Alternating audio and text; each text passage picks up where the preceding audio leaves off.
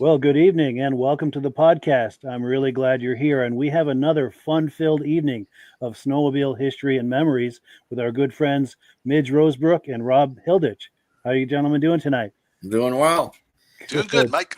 Doing Nice well. to see everybody. And I have to say, it's a treat for the two of you to finally meet. I know that we've been doing all these messaging back and forth with videos, and you're finally able to meet in person tonight, at least virtually. Oh, yeah. No, I enjoy you guys. As you know, and Rob could not be a better fit for this podcast. Oh, for sure. Yeah. Couldn't ask for a better co-host. Yeah. No, yeah. That's right.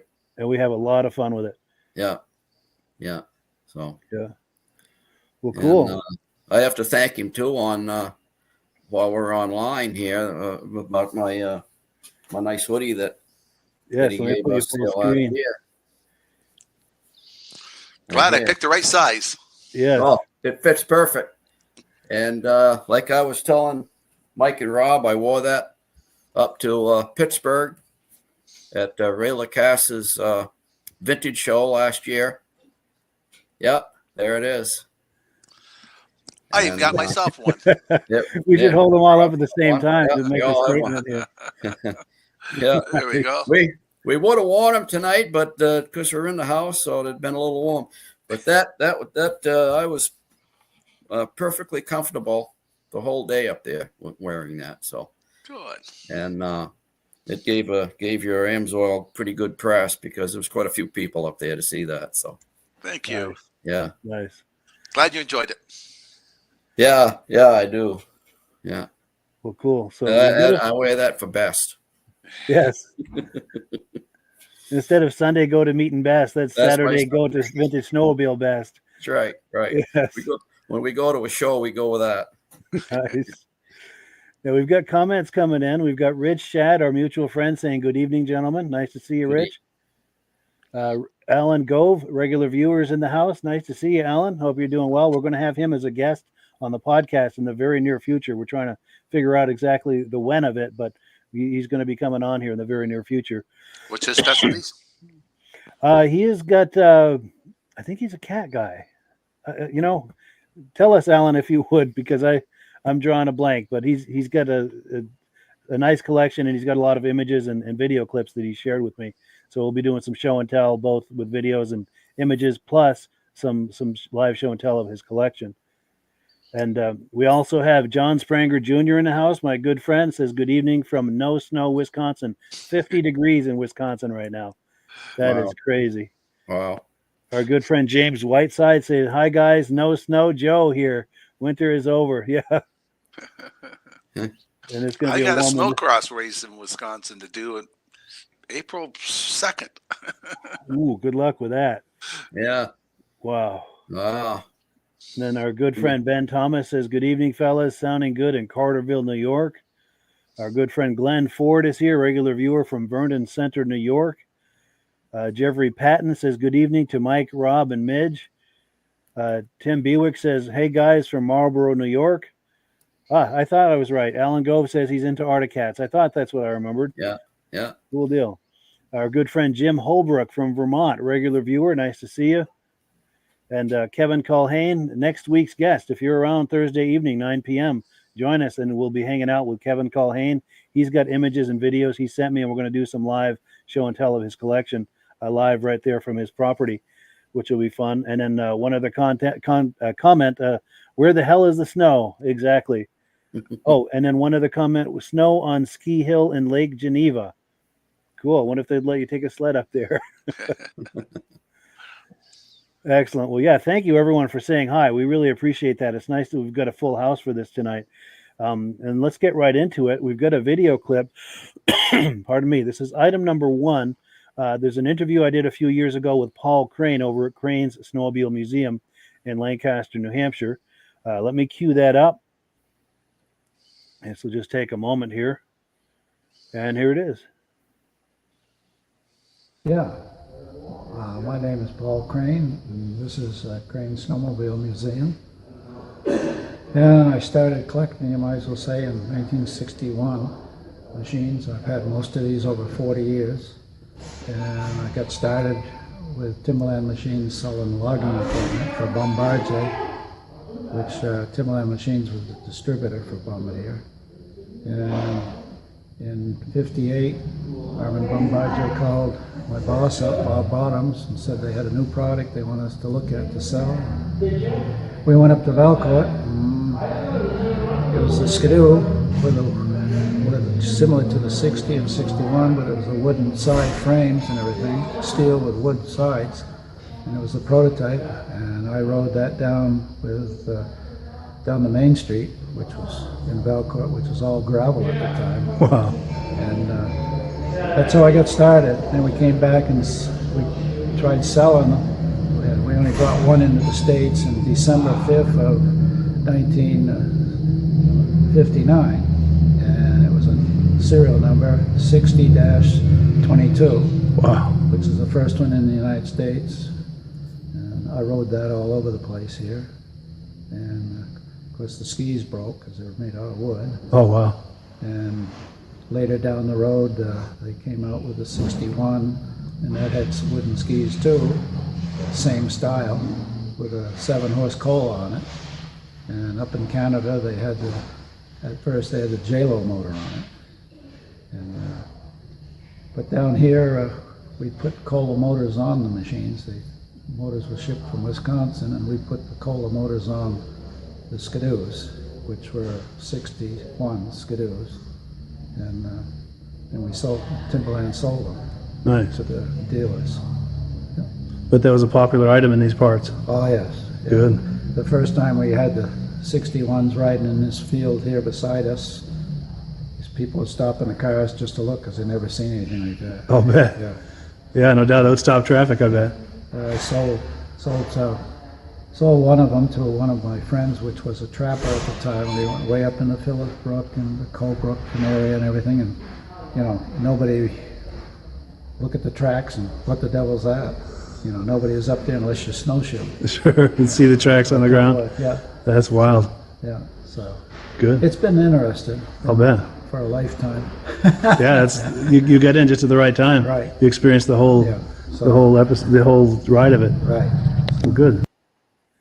Yeah, you're a friend of mine, Midge. Yeah, Paul yeah. Crane. Known And Paul since well, boy, I've known him for 60, 65 years, ever since I was a kid. That's amazing. Yeah, and if you look at that way behind him there, that Polaris sign on the wall, that's my uncle Dick Monahan's Polaris sign. It says Monahan's Golf underneath. Monahan's Golf on the bottom of there. Yeah. Yeah. So That's amazing. yeah. And then if anyone is not anyone who's a regular viewer of this podcast, Paul Crane is a familiar face to you. But in case you're just joining us on all of this, Paul is the first American to ride a Ski-Doo snowmobile in the U.S. or Canada. And he was involved in importing the first Ski-Doo snowmobiles into the U.S. He set up some of the first Ski-Doo snowmobile dealers in the U.S.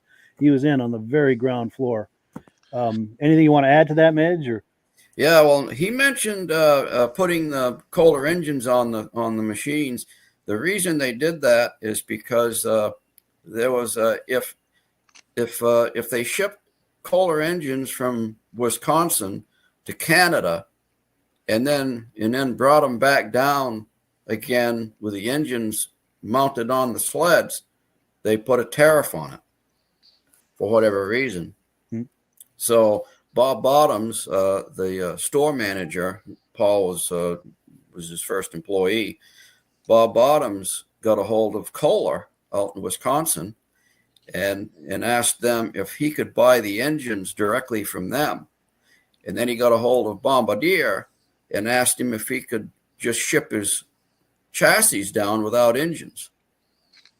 So that's how he was able to lower the price on the sleds. Nice. Avoid that whole tariff. Yeah. And so all I had to do was just mount the engines on the chassis. And I think they dropped it a couple hundred or $150. So Nice. yeah. Mike, you ever thought about sending that video to the Bombardier Museum? That's not a bad idea. They probably don't even know that story. I don't know. Do they, Midge? You know anything about that? The new bunch up there they probably don't. No, they probably don't.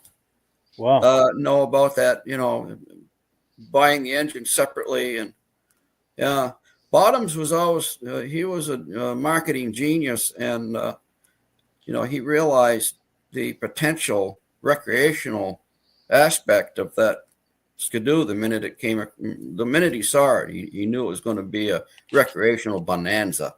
Yeah.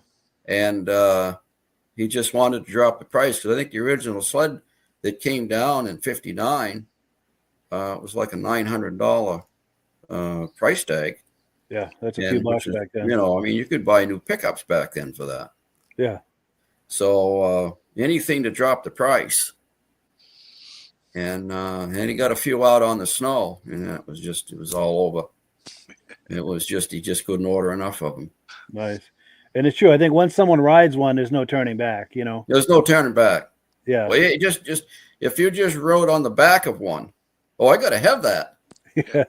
I got to have one of these. What's the first year you bought one, Mitch? I never did purchase any. How I came about was because I used to ride on the back of a lot of these early Skidoos because my friends had them. So they used to give us rides. But when my uncle Dick Monahan took Polaris on in 1966, he let me drive the Demonstrator, which was a 13-horse Colt, 1967 Colt. And, if anybody came in and wanted to try out a sled, that was the sled that they tried. And so he just let me use the Demonstrator. And that's basically how it was all the way through.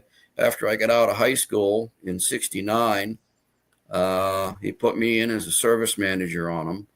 And so I had to test them all. And he always had a Demonstrator, and usually it was like a TX or something like that. So I basically was able to I never owned one. And then when I retired from the Ford garage in 2016, they gave me that 77 440 TX as a going away gift, as a retirement gift. Nice. So yeah. And They then must have really liked you. Well, of course, there's like family down there. It's a small town, 3,500 people. I've known the Kopp family. I can remember when their parents dated. Wow. Mike and Keith Kopp that own the Ford store now down there, North Country Ford. I can remember when the dad and mom actually dated. So, Wow. it's they're just great people. And they Yeah. treat the employees about as good as you would a family member, really. So yeah, they gave me that sled, and then I turned it into a PDC. Mike can I don't know if Mike's got a photo of that or not, but I do. I'm hunting that up right now. In fact, in a matter of seconds, I'm going to have that on the screen. Where the heck is that? Here it is. It's coming up here. Drum roll, please. Just waiting for it to load. There it is. Right there. Yeah, and that's 2 years ago. Pittsburgh ride, the vintage ride up in Pittsburgh. That's back when we used to have snow. Yeah. When they used to have snow, and I didn't make it last year. It just turned out I just couldn't make it. But then this year, who knows? In 2 weeks, I don't know if we're going to have snow enough up there to do it. So Yeah, it's supposed to start warming up. I had a lot of fun. That's good sled. Sure. And, Well, cool. So we're on item number 2. A couple of years ago, Midge and I got together and we took a lot of historic images that he had, and we went to some local places where the images were taken. And many of them, of course, were taken at the Lancaster Motel. In fact, this one was taken upstairs at the Lancaster Motel, and we're actually holding the image up in this video clip you're going to see right where the image was taken. And we don't discuss that in the clip, but that's what was going on. That was the whole reason we were upstairs there. But and of course, locating that image, I changed all my settings here. It's going to take a moment to. Sorry, bear with me here. I had everything all queued up, and then finding that image through everything. Yeah, that threw you off. I'm sorry, Mike. No, it was worth it. And I'm back where I need to be, and I'm playing the clip right now. Let's take a look.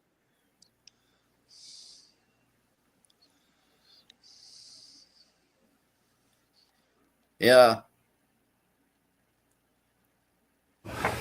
All right. These people were all snowdrifters back during the day, and couple dozen probably, of the snowdrifters were the ones that put on the Grand Prix every year. And this conference room upstairs over the lobby of the motel is where they met.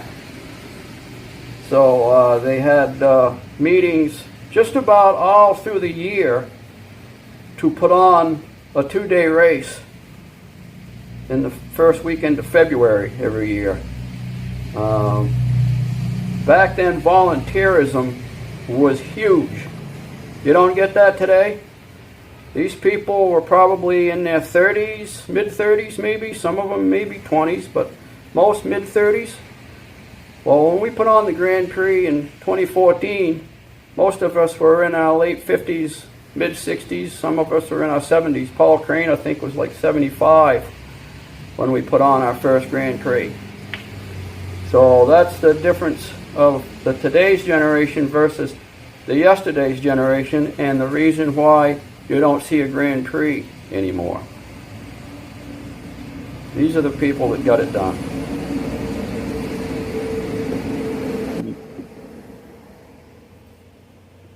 Yeah. There you have it. And while we're upstairs at the Lancaster Motel, we have to give them a shout out. Our dear friends at the Lancaster Motel, they've been ground zero for so many things to do with the snowmobile since it began in the late 50s. Yeah. Anything you want to add to that, Midge, or about the Lancaster Motel? Yeah. Well, and of course the original building that housed Timberland machines is maybe 100 feet behind the Lancaster Motel. Yes. And well, they were kind of brought up together, yes, so to speak. Yeah. They were hauling brand new skidoos back in 1960, 61, 62, past the motel. Yes. Right. Yeah. To get down to where the original store was. Yeah. And when they had the Grand Prix, the award ceremony was right there in the lobby of the Lancaster Motel. In fact, here's Jill Villeneuve getting an award in the lobby of the Lancaster Motel. Yeah. Yeah. They were ground zero. And that counter behind them is still there. Yes. Yes, it is. Yeah. Yeah. Isn't that something? Yeah. The place is it's a time warp. If you go into the Lancaster Motel, the Berrymans have done such a tremendous job to get the right kind of furniture to fit that mid-century look. That retro vibe. It's an absolute treat to go into something like that, and it takes you back. I mean, if is a lot of us were brought up in the 50s. We were kids back then, so it's like stepping back into time. Yes. And the nice thing too is the current owners, like you said, the Berrymans, they're very supportive of snowmobiling now. They understand and appreciate that history that's associated with the snowmobile, and they've done a lot to help you and I in our video projects, and they do a lot to support the podcast. And the reason I bring this up is that if anyone viewing this is passing through central New Hampshire, stop by and have a drink in the bar or a cigar in their cigar lounge, or if you're going to be spending the night, it's a great place to spend the night. And there's just so much history associated with it. It's just a few steps from Crane Snowmobile Museum. That because they do so much to help us, we like to encourage others to patronize them, kind of completing the circle, if you will. And some of the biggest names in the sport slept in those rooms. Yes. Jill Villeneuve and the Arctic Cat team, all of the major teams, all of the big name drivers back then stayed at that motel. Yes. So it's just there's a lot of history there. Yes. You talked about the amount of volunteers. I was at a race 4 weeks ago at Eganville, Ontario, just outside of Ottawa, and they used to have 300 members in their club. Now they're down to 37. Yeah, everybody's got older, and they're struggling to get volunteers to help them. That's how it is. Yeah, that's a sad state. And I told L. Andre Dupree, who put that race or helped put the race on over in New Brunswick, that you're going to find, that right out of the gate, they did a beautiful job on that race. But I told them, you're going to have to coddle your volunteers and maybe have a dinner for them and pass out some awards and things like that to keep them active, because that's what happened to us. We just lost our volunteer base, and without it, you can't get these things done. Yeah, they were gun ho the first couple of years with the Grand Prix, and then it just dropped off. Sure. Yeah. So now, before we switch gears, Rob and Midge, any comments on any more comments on this image we're looking at before we move on? Or that's history. Yes. Yeah, that's where it all happened, right there. The golden age. Yeah, the golden age. And those stories those rooms could tell. Yes. Oh, yeah. Well, some of those rooms, they were taking the engines off their race sleds and taking them in and rebuilding them on the floor and in the motel rooms. At the Kawartha Cup one year, I took the whole snowmobile in. We put it on top of the bed. Some of them did, yeah. We rebuilt it, and then I got a bed bill for the sheets because the oil dripped on the sheets. Yeah. Gotta love it. And the following year, they wouldn't let me rebook the room.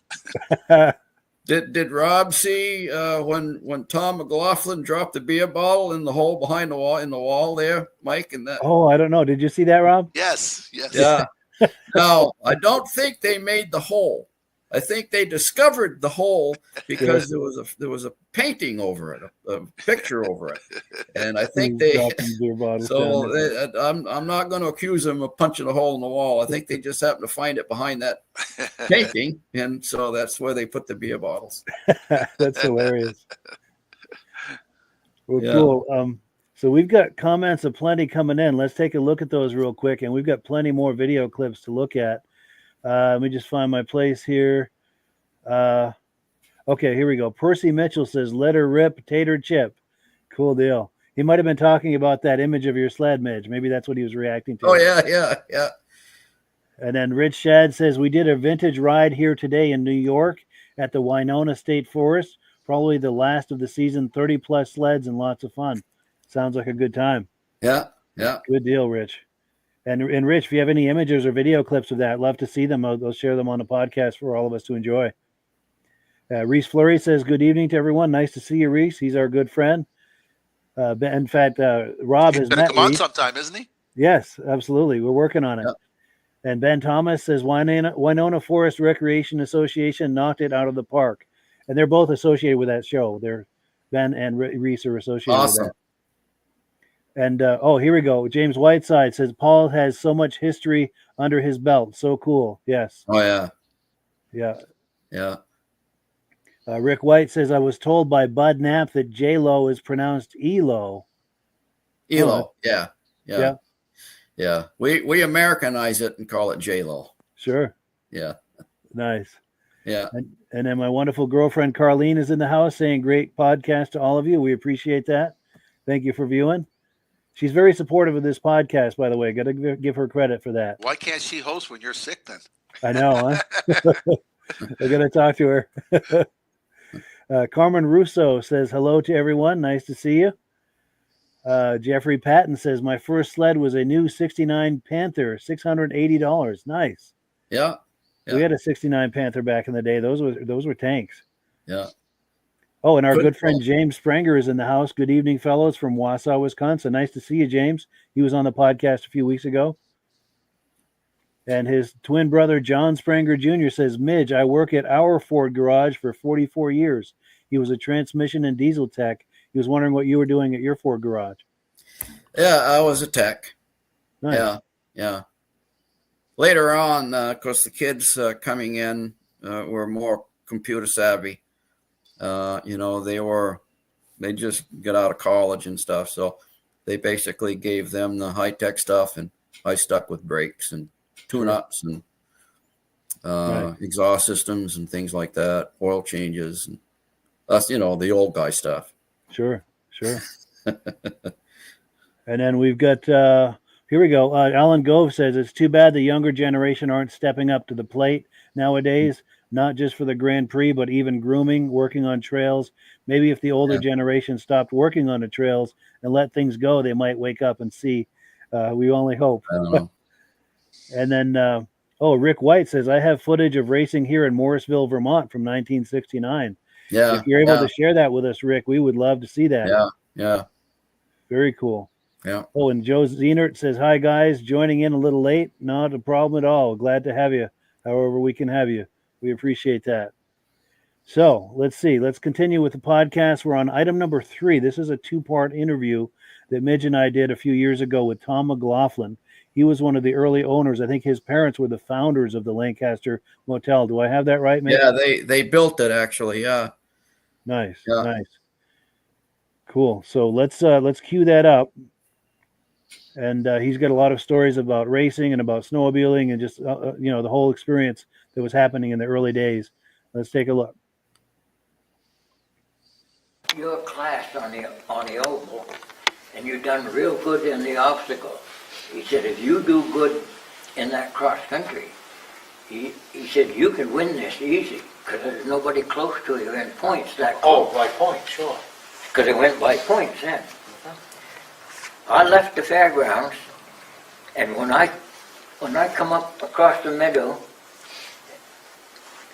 a little fast and landed in the middle of the road up here by Cranes, Butch and Johnny were standing there, and they said, because I had left in the second group, Okay. I had left everybody in the second group, and I was the first guy in the first group. You've gone, he said, we knew you won because you'd gone by everybody. I get up by Zhang's, Zhang's farm, and the kids were standing out there, and that sled made the goddamn this big bang, and what the hell was that? And it wouldn't start. So I said, well, must have blew a plug. By the time I got the plug changed, enough guys went by me before I get in to the gate to get back to the finish line. I ended up 5th overall. Oh, geez. And that's what it was a plug? That was a plug. I changed the plug and it just blew. That was it. I see. Great big pop. Wow. And Fortin told me, Fortin would say when we were standing in the pit, he said, well, if you see me along the way, he said, stop and give me a ride. Coming up over the field up there up by Carter Farm. And he had missed the bank where you go thinking he was off like this. I didn't stop to pick him up. I kept going. Oh, jeez. Was he mad? Huh? When he got back home, was he mad? Yeah, I don't remember. Cool. So there's part 1. And then wasn't Tom like 87 years old when he did that? He's probably 89 now, close to 90 years old, Tom. Good story. Yeah. And he owned and managed the motel for quite a few years too, didn't he? Yes, after his parents retired, he took the motel over and ran it for quite a number of years. And of course, he raced in the Grand Prix back when he was younger, and he also helped, on the Grand Prix for many, many years. So very active in the whole thing. Yeah, he was very active in all of that. Yeah. Nice. Yeah. And then I've got part 2 of that interview. Let's continue this. Anyway, I was in the announcer's booth at the 2014 50th Grand Prix reunion, and they had the Elan class come out. And a gentleman quickly got in the lead, and he was driving that Elan about as smooth as anybody that I'd ever seen. A very, very smooth race. And the announcer, Neil Chapman, asked me who that was. And I said, that is Mr. Tom McLaughlin. And I says, Tom is 80 years old. Well, Neil and all the pieces. He said, seriously? He says, wait a minute. He says, I recognize that name. He says, didn't he run the motel? I says, he did. And I said, he used to race years ago. And I said, he did okay, but he never really did a lot of winning. But I said, apparently, he's matured because he was a half a lap ahead of the second place sled on a machine that Mark Belanger had built for him. And so he won that race at the 50th Grand Prix reunion, and he got his first Kilkenny Cup at 80 years old. Wow. And in 2015, Tom says, I'm going to go back. He says, I'm going to defend my title. And defend he did. Because at the end of the 2015 race, Tom got his second Kilkenny Cup. Wow. Well, the problem is in 2016, we rained out. And we had to cancel the event. And we had it again in 2017. And at 82 years old, 83, 80 what? 83, well, Five. this was it, let me see, you're 80 in 2014, 81 in 2015, Yeah. so he's been 83. At 83 years old, Tom McLaughlin gets another Kilkenny Cup. That's And amazing. although it wasn't 3 wins in a row, now in order to take that great big cup home back in the day, you had to win 3 years in a row to take that cup. Unfortunately, because of that rain out event, Tom doesn't have that big cup at home, but he's got 3 small ones. Okay. Yeah. But I won 3 consecutive races. Yes, he did. He did. 3 He consecutive did. races. He did. And he should have that big cup home with him. I wouldn't take it home. I wouldn't take it home.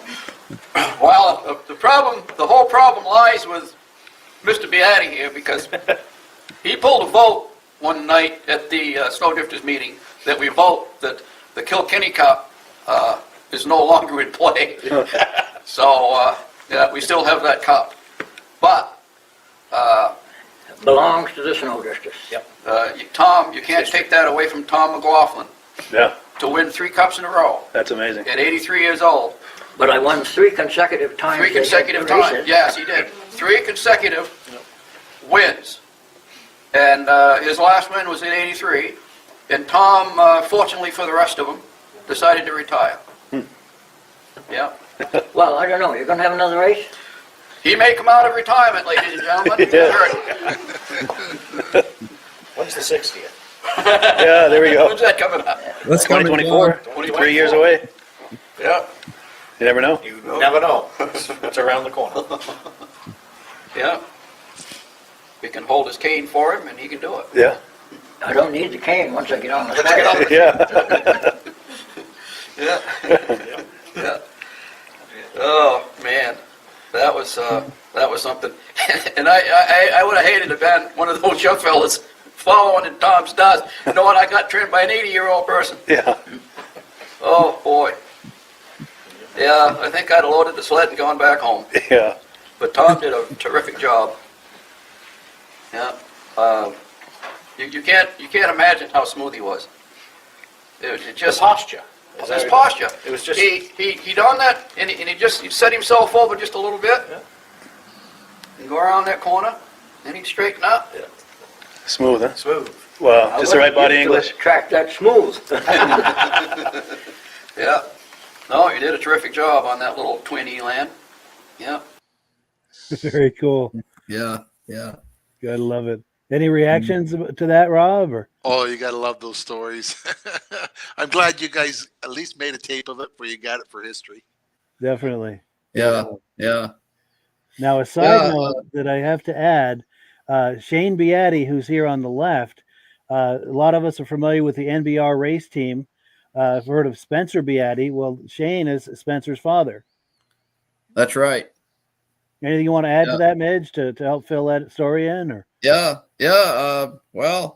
I mean, nobody in the history of the Kilkenny Cup ever won it 3 consecutive times. Yeah. An 83-year-old man did.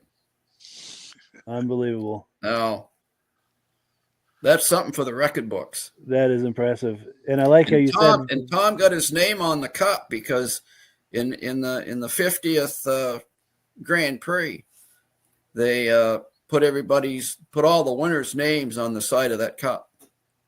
That was the only year they did that, just for the 50th.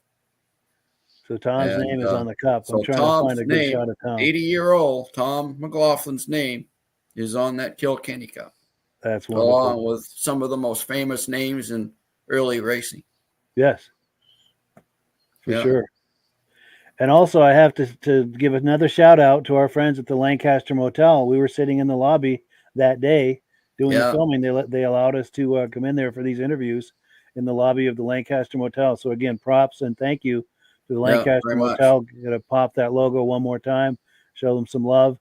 And if you guys are Yeah. viewing this, and if you're ever in the area, need a place to spend the night, or if you want to stop by the bar for a drink or the cigar lounge for a cigar, please Stop in stop and by say and hi. patronize them, and be sure to mention that you heard about them on these podcasts, because we do a lot to try to promote the motel on the podcast, because they do so much to support our Right. activities as far as trying to keep this history alive. Right. Yeah. But,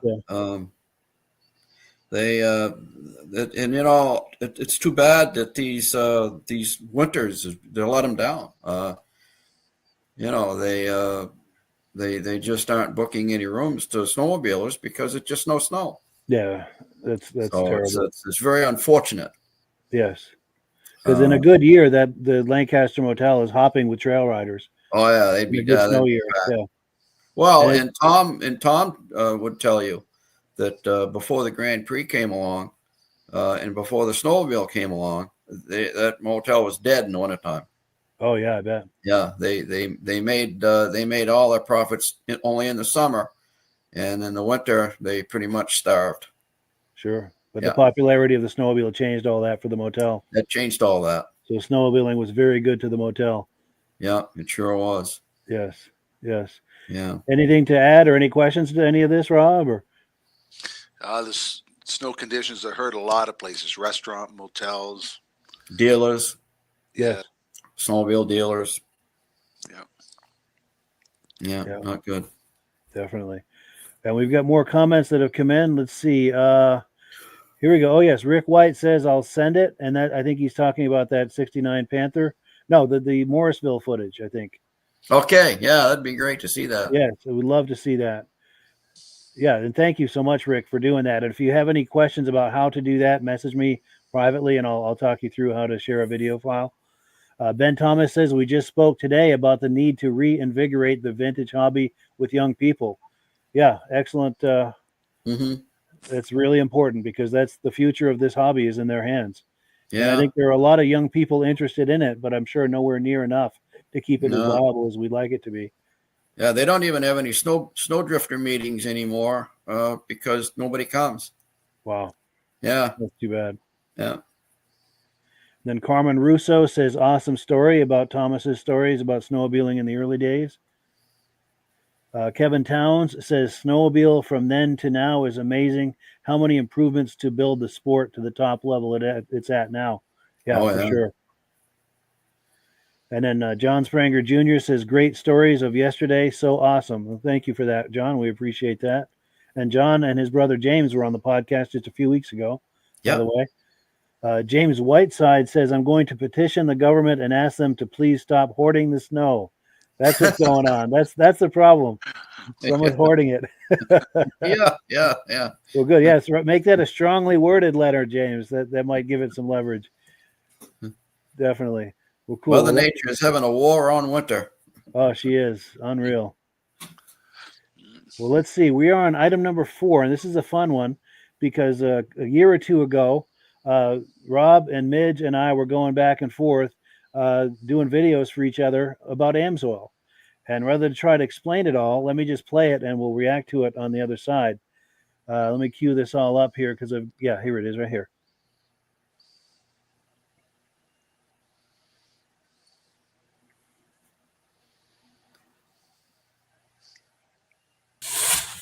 All right, so we are back in Midge's kitchen. How you doing, Midge? Good, Mike. Good. Yeah, Rod gave me a gift here that Mike brought down to me, and we're about to unveil it. I don't know what it is. Yeah, we were here just a few weeks ago doing some video, and we did a video message to Rob. I did. I'm an Amsoil. I'm a believer in Amsoil, and I've got some. I run the racing oil in my Polaris vintage sled. Yes. So And Rob enjoyed Midge's video message, so he sent this to us as a gift, and we're going to open it up right now and see what he sent to us. Yeah. Will you do the All honors? right, let's do the honors here.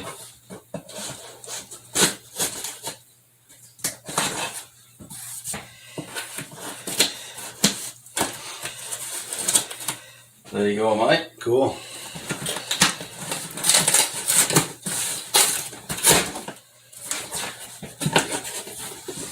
It's like Christmas all over again. Yes.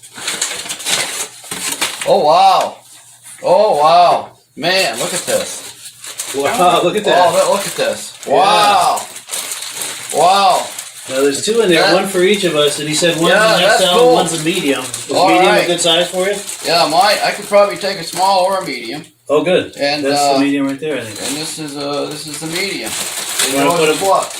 XL. Okay. Yeah, say we put them on and Yeah, let's try it. show them the merchandise. Absolutely. Yeah, thank you so much to Rob. Yeah.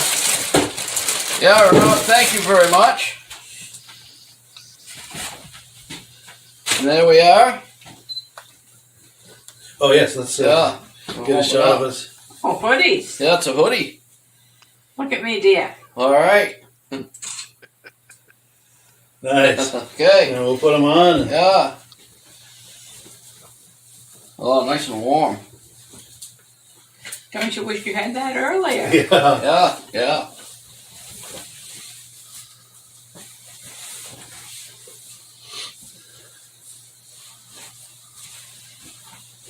Oh, it fits you good. Oh, yeah, it fits great. Nice. Yeah, yeah. So now we're the Amsoil twins. Here we yes, are. you do. Yeah, thanks an awful lot. Yeah, this is Yeah. amazing, Rob. Thank you so much. Yeah. And got a hoodie. Yeah, we'll get the hoods going. Yeah, there it is. And to anyone who's wondering what started all this, this is a video message that Midge did to Rob a little while back. I'm going to play that right now in editing. Yeah, yeah. So you can see what started all this. And Yeah, yeah. When we were announcing the 2023 inductees for the Eastern Snowmobile Racing Hall of Fame, I knew Ron was an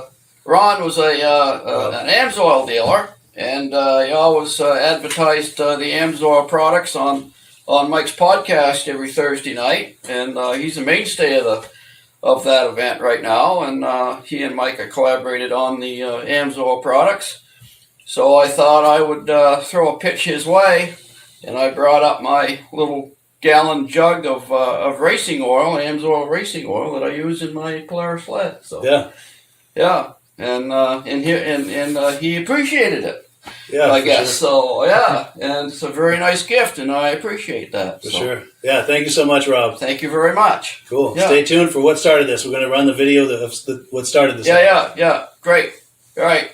This is for our friend Rob Hilditch, the Amsoil guy. See what I have here, Rob.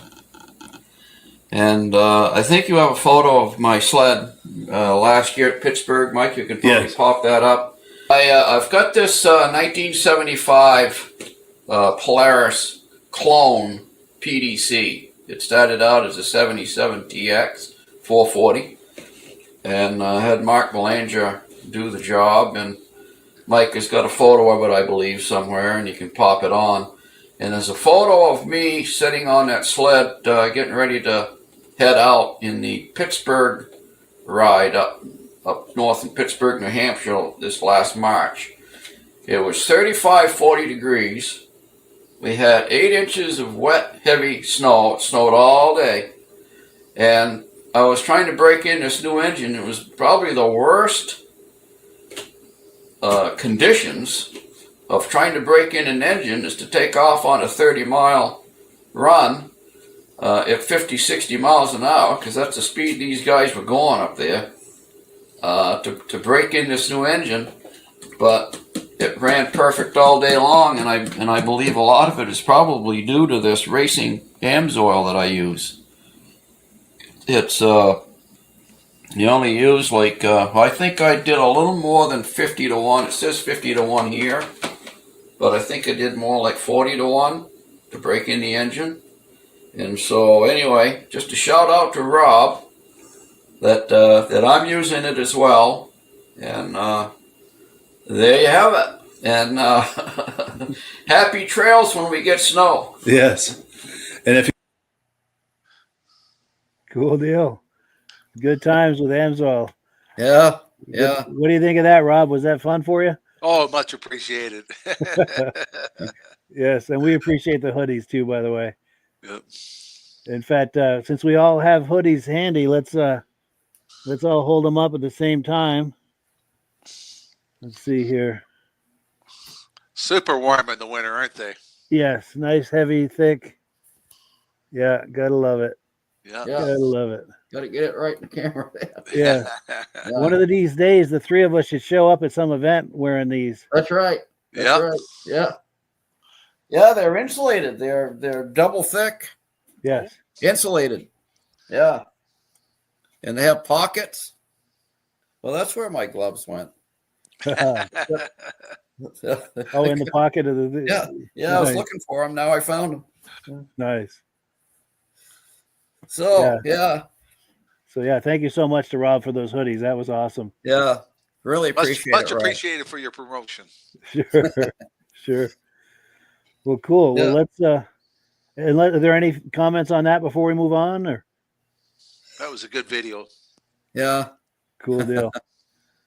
So we are on item number 5, and this is an interview I did last year, just after Christmas. So between Christmas and New Year's 2022, with the NBR racing team. They were having a send-off party at the Lancaster Motel. They were about to leave for Eagle River. So they had a send-off party for them at the Lancaster Motel, and I caught them for an interview at that party. But before we roll that footage, I think you had some comments, Midge, you wanted to make about NBR? Yeah. Well, because last year, Lucas Nass took a third at the World Championship vintage race out there in Eagle River, and on his 440 Polaris. So this year, he's running third because they shortened the race up, I think, to 10 laps rather than 20 laps. And he was running a close third behind Matt Gady, who was running second, and then Jamie Borges, I think his last name is, who's from Boonville. So an Easton driver won Eagle River this year in the vintage with a motor ski, and he won it going away. The guy just had the best sled that day going. But Lucas, I think, could have probably come in second this year had he not blown a belt on the backstretch. And like I just telling Rob, he's using Amsoil in his sled, and it wasn't the Amsoil that did in Lucas. It was his dry belt. Sure.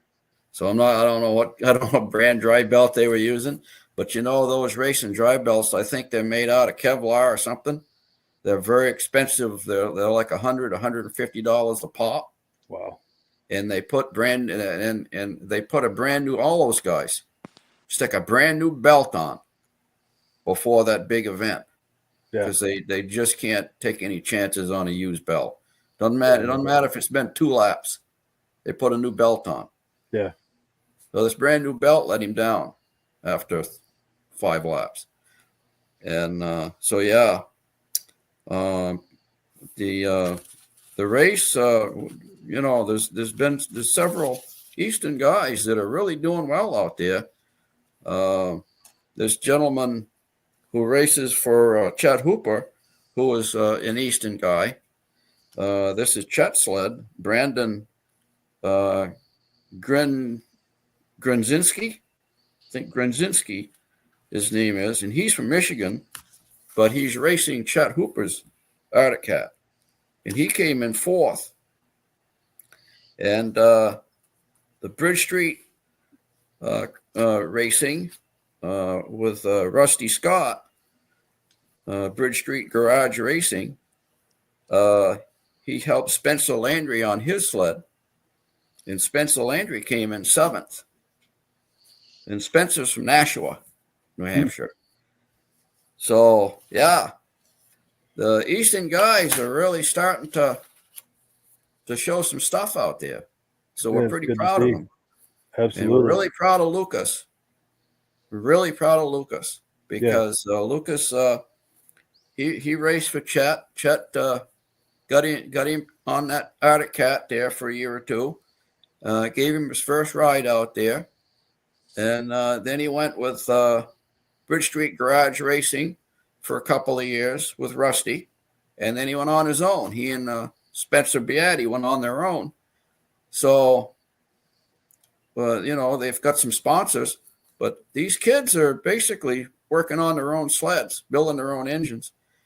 And to be at that level, that's the highest level that you can be, as a snowmobile racer, to start in the front row of the World Championship at Eagle River. Yeah.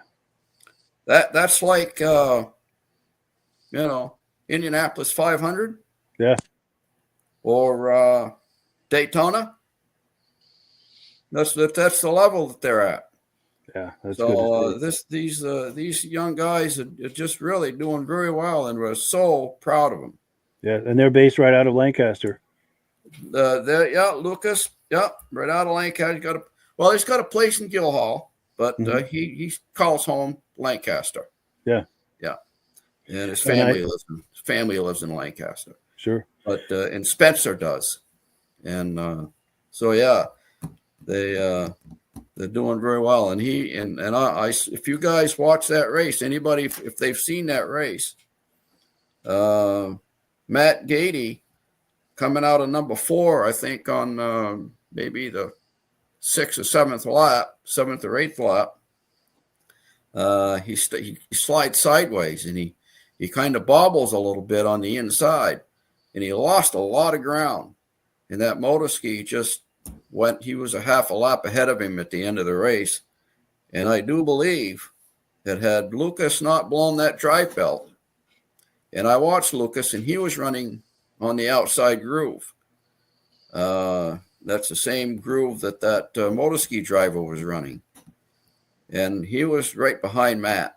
And I believe when Matt slipped up right there, Lucas would have got him. But, hindsight's always 20/20. Of course. And, you never know. But as good as Lucas was going, he would have taken at least a third. Yeah. But I think he could have taken a second. Sure. But it's like they say, 5% luck, 95% hard work. And it wasn't the hard work that gave him up. It was that 5% luck. Yes. Yeah. And I have to add, there's a reason why Midge is so interested in the Eastern racers, and that is because Midge is the founder of the Eastern Snowmobile Racing Hall of Fame. So he's very invested in the Eastern racers, past, present, and future. Yeah. And these guys are our future. Yes. If one of these guys wins Eagle River, that's a big deal. That's for us, first step to get into the Hall of Fame. Definitely. Yeah. Definitely. That's like I say, it's like winning Indianapolis. Yes. Or the Daytona 500. Yes. Well, cool. Well, let's take a look at that interview with the NBR racing team. This was late December 2022, just before they headed off to Eagle River. Let's take a look.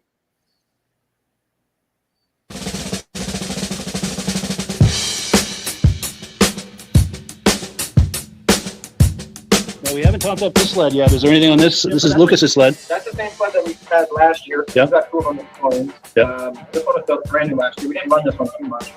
But we really changed quite a bit on this one this year. We kind of the Gents chassis, and we got some new power plants this year, so we're excited about those.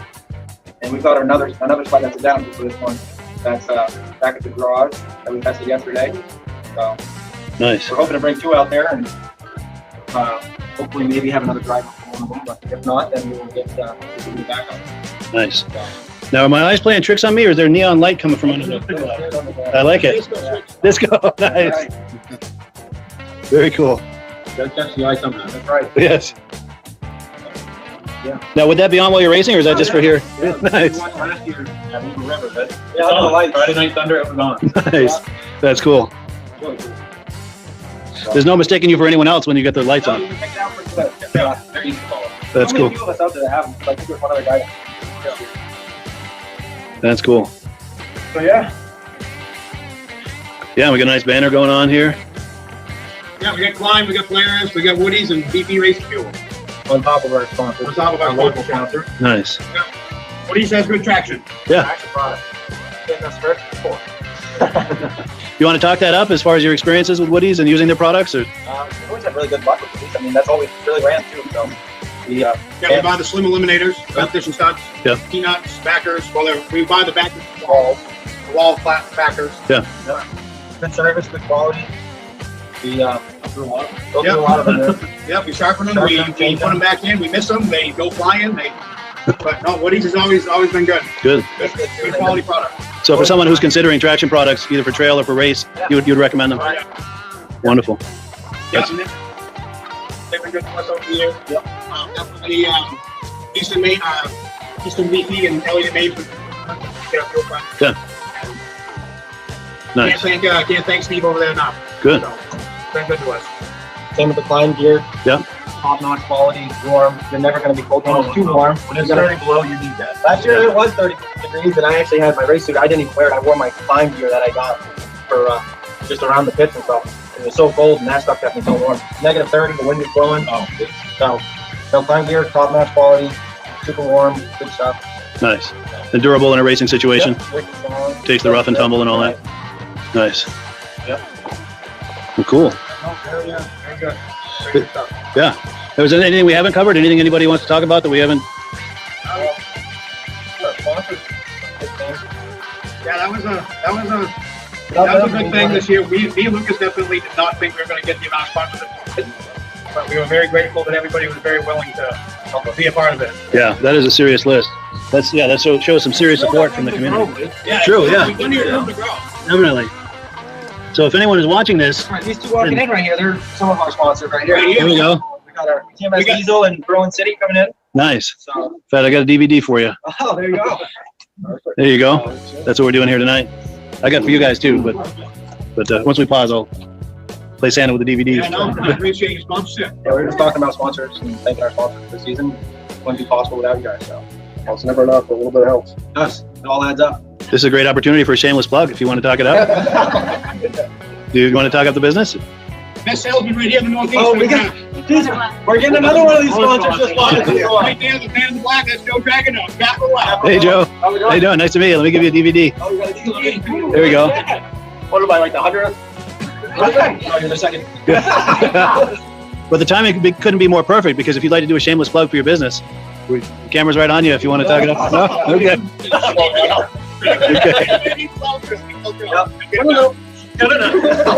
Just call anyway. Email preferably. Phone systems are down. Yeah. Yeah, that is a serious list of sponsors. That's a show of support. That's not something you can fake, to get that kind of support. That's draft. Yeah. That was expensive. Just one of those phone hole stickers to put it.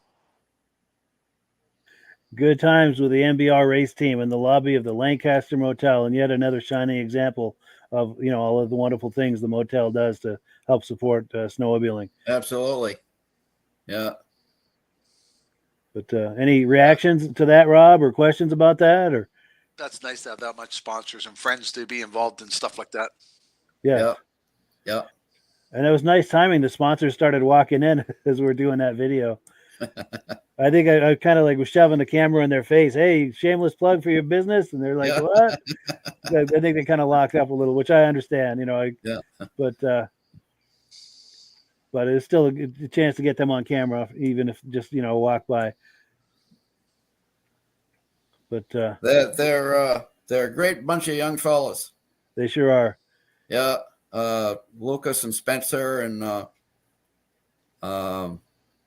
Tucker Reynolds, and yeah, you can't ask for a nicer bunch. Great bunch of guys. Absolutely. In fact, where was it? What race did they have up there in Canada, Rob, before Valcourt?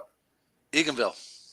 I think it was at Eganville. It might have been Valcourt, but I think it was Eganville. They did well. When Sabrina came out on the track and her engine stalled, and she couldn't get it started. Now, Sabrina's no weak little lady. You know, she works out with weights, and she pumps iron all the time, all summer long to keep in shape for this type of racing. You have to be in shape to be able to race at this high a level. But sometimes if you have to hold a throttle and pull the starter cord at the same time, it takes a lot of strength on these racing sleds. And for whatever reason, she couldn't get the sled started. Guess who stepped over? Is racing against her, by the way. He's in the same class. Lucas Nast. Wow. Goes over and gets a sled started for his competitor, Sabrina. That's sportsmanship right there. Oh, now that's Lucas Nast that we know.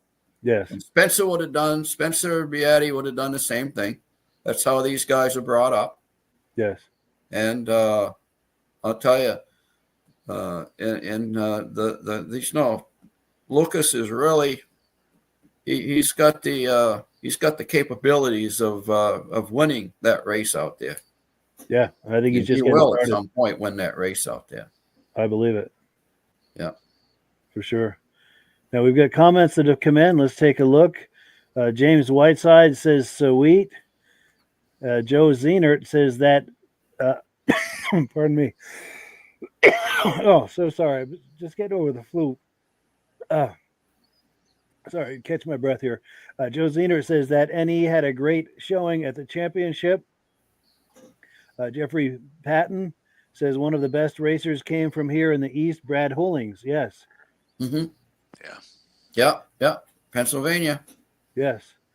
John Spranger Jr. says, thank you to you guys for another great show. We appreciate that. And in fact, John Spranger is a good friend of mine. Let me pop an image of the screen on the screen. He and I hanging out about a year ago. Yeah. Great guy. And he and his brother were on the podcast here a couple of weeks ago, 3-4 weeks ago. But we've still got plenty to show you. So let's keep it moving. Let me see where we are. We're on item number 6. So this was that same evening as when I interviewed those guys at the NBR race team. At this point, everyone was in the bar, and there was music and everything, so it was hard for me to do interviews in there. So I came out in the lobby and just kind of did a little tour of the lobby and just a lot of things rather than try to explain it to you. Let me play it right here.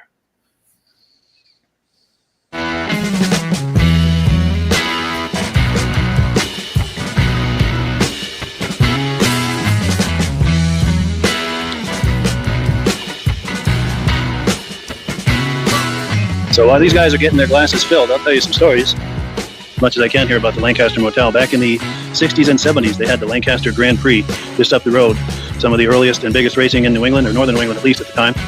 And the award ceremony for the Grand Prix every year would be right here in this room. The racers would race elbow to elbow every day on the track, and after they're finished racing, they'd come and drink elbow to elbow in that bar over there. And the award ceremony, where they'd hand out the trophies, was right here at this media bar. So get a look at that media bar. Now get a look at this image. This image was taken right at that media bar, and that is none other than Gilles Villeneuve himself, right here in this very room, right against that wall, receiving his trophy. And plenty other big names were here. Bob Eastman was here many times. They stayed at this motel. All the big name racers who would come for racing at the Grand Prix back in the day would stay here at the Lancaster Motel. And as lore has it, as legend has it, many times they would take the snowmobiles, or at least the snowmobile engines, right into the rooms and work on them through the night so they could be ready for the next day of racing. Just tons and tons of history here in Lancaster, New Hampshire. Snowmobile City, USA is what many people call this, the snowmobile capital of the world. Why do they call it that? The reason they call it that is the first Ski-Doo snowmobiles were imported into the U.S. right here in Lancaster. In fact, if it were light out, I'd take you outside, but right behind this building, on the other side, is the building where the first Ski-Doos were imported into the U.S. Now, the man we were talking to a few minutes ago, Paul Crane, he was the first American to ride a Ski-Doo snowmobile in the U.S. or Canada. He also was involved with importing them here to the U.S., and he set up most of the first dealers in the U.S. He set up some of the first Ski-Doo dealerships in the U.S. He also is the founder of the first snowmobile club in America, which is here in Lancaster, New Hampshire. That guy we were talking to a few minutes ago, Shane Beatty, he is the president of the first snowmobile club in America, right here in Lancaster, New Hampshire. So if you are interested in snowmobile history, want to snowmobile on some of those legacy trails, many of those trails still exist. The Snowdrifters, I think it's the Snowdrifters, let me take a look here. Yeah, the Snowdrifters Snowmobile Club can set you up. They let you know what are those legacy trails that can make that happen for you. Now, if that weren't enough, Crane's Snowmobile Museum is walking distance from this motel. So there's just so much to offer here in Lancaster at the Lancaster Motel if you're thinking about some Eastern trail riding. We're right on the trail, right on US Corridor Trail 5. You can snowmobile right out your door. You have Crane's Snowmobile Museum just a walk down the street. It's by appointment only, so once you book your room here for snowmobile trail riding at the Lancaster Motel, your next call is to Crane's Snowmobile Museum to book a time to go in there to see the museum. There's over 100 sleds in there.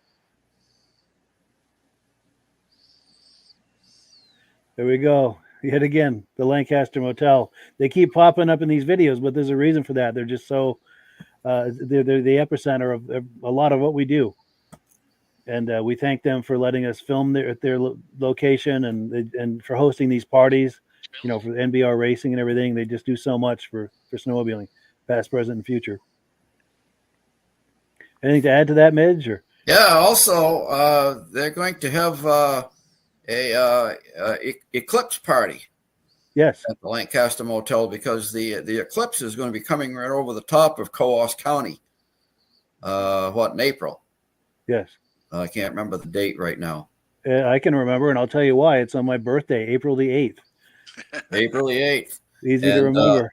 They're booking rooms right now for the occasion, and it's going to be going right over the top of the motel, right over the top of everywhere in Coos County. And they're going to have an eclipse party. And they're going to have some guy speak about the difference between, in the bar, the difference between Scotch and bourbon. Yes. In the history of Scotch and bourbon, and how it's made, and like I say, what the differences are and everything. That's just one of the little things that they're going to have during this eclipse party. So if you want to book a room at the Lancaster Motel, and they'll probably have those special glasses for you so that you can view the eclipse and all that kind of stuff. So that's just a thought for anybody that's interested in that. And I'm trying to find a graphic for that. This Snowmobile City USA Facebook page, a lot of you probably frequent that. This podcast airs there, but it's a page I do for the motel. Here's, I don't know if you can see what I'm clicking on. This is the graphic for that eclipse party. I'm sorry I can't make that any larger. But if you're curious about that, search on Facebook either for Snowmobile City USA or the Lancaster Motel. I work with their Facebook page as well. So yeah, do check them out. They're going to do a great experience for the eclipse. Yeah. But sure.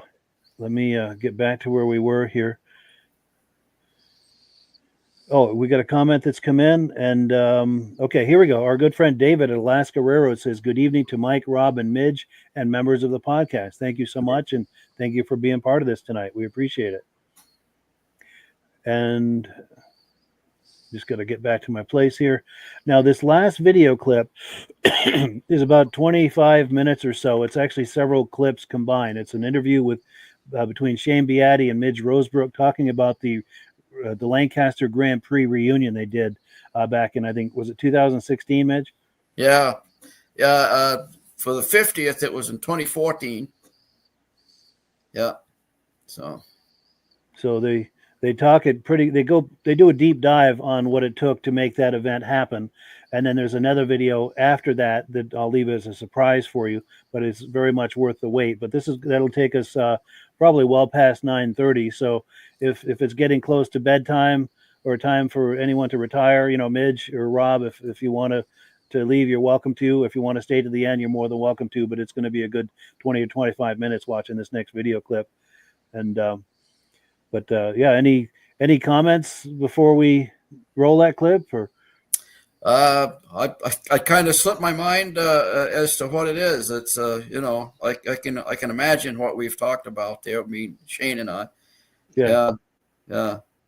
Yeah, talking about the backstory of the whole thing, because you haven't seen this since you and I did that video. You've never seen this clip, actually. No, I probably haven't. We filmed it 3 years ago, and you've not seen it. This is the first time anyone's seen it, other than myself. Yeah.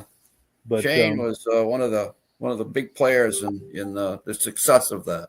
Yes, and he's the father of Spencer Beatty, and Mike Beatty, Shane's father. Wasn't he one of the original organizers of the original Grand Prix back in the 70s? He was a early employee at Timberland Machines, and he was a charter member of the Snowdrifters along with Paul Crane, and he also helped on the very first snowmobile race, probably on the East Coast in 1962, when he was a junior chamber.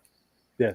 And he was a member of the JCs, and Paul Crane and Bob Clark and Tom McLaughlin, all those guys were involved in some of the early races. So the history in the Beatty family, as associated with the Grand Prix, is as deep as you can go. Yes. Yeah. Back is very big. And if I understand correctly, Tom McLaughlin is the uncle of the Beattys. Yes, that's Aren't true. they related? Yeah, Mike, Shane's dad married Tom's sister, Sally. Yes. She was a McLaughlin. So, yeah, it's we're all related. It's the history of the Beattys in the motel and the town of Lancaster and Timberland Machines it's all tied right together. Those roots grow deep. Oh, yeah, very deep. Yes. Yeah. So before we roll this, Rob, any comments, questions, any thoughts before we roll this next clip? Or that's a lot of history you guys told. A lot of history, isn't it? Yeah, interesting. Yeah, cool deal. Yeah, Lancaster. There's just so much there. It's yeah. I've got to. I don't know. I can't get Rob to come down and visit sometime. Come on. Yes. Come on out. Maybe for the induction ceremony in September. Yeah. I don't know what you're doing. Was it September 7th? I think. Yeah. Yeah. At the museum. Yeah, we do the annual induction ceremony. If you're available, Rob, for that, we'd love to see you. Okay. Yeah, it'd be great. Mark the calendar. Yeah. And you can. And where would you stay, Mike? Yes, Lancaster Hotel. That's right. Let me pop the graphic. I wish I had this closer at hand. Yeah. Gonna be quicker on the draw. For that. Yes. Well, cool. Yeah, unless there's any other comments, I'm going to roll that footage. It's about a good 25 minutes or so, but it's a great interview, a great story about that Grand Prix reunion, and then there's a bonus video at the end of that. But yeah, we'll catch you guys on the other side, and okay. Yeah, let's get some popcorn and a cool drink here and settle in for a little video. Dad and I had talked about that, and but yeah, he said, that's something we ought to do. And the week before the 50th reunion of the Grand Prix, Shane and I packed the Rialto Theater down here. They turned away about 50 or 60 people. They didn't dare let them in because of insurance reasons. The fire code. The place held like 350 people, and they were standing up back. There were more than 300. There was probably 400 people in the place. And they had to turn them away. And Shane and I was up on stage. We had compiled a film. The Snowdrifters had compiled a film talking about the town and how it impacted, how snowmobiling impacted Lancaster. And we talked about the Grand Prix. Tom was on the film. And Mike Beatty, Shane's dad's on it. His mother's on it. There's about 14 people in this DVD. And we played it at the theater. And then Shane and I announced, that this coming weekend, we're going to have a 50th reunion of the Grand Prix. And we had, maybe close to 200 entries. Wow. And some of the New York sleds came out with their IFS stuff that's about 3 inches off the ice. Yeah. Shane and his crew worked from December until that weekend, just before that weekend, laying down ice on a flat track, 1/3 mile flat track on that big field across from the fairgrounds. And they laid down around 18 inches of ice. At the end of Sunday afternoon, in the last race, which was the big race of the weekend, the $1,500 to win Kilkenny Cup race, after that race was over, they took a measurement. there was 6 inches of ice left. That's a lot of ice being shaved. They chewed it up. And then we, you know, it was so successful, we decided to do another one in 2015. Shane was Grand Prix chairman then. Thank God for Shane, because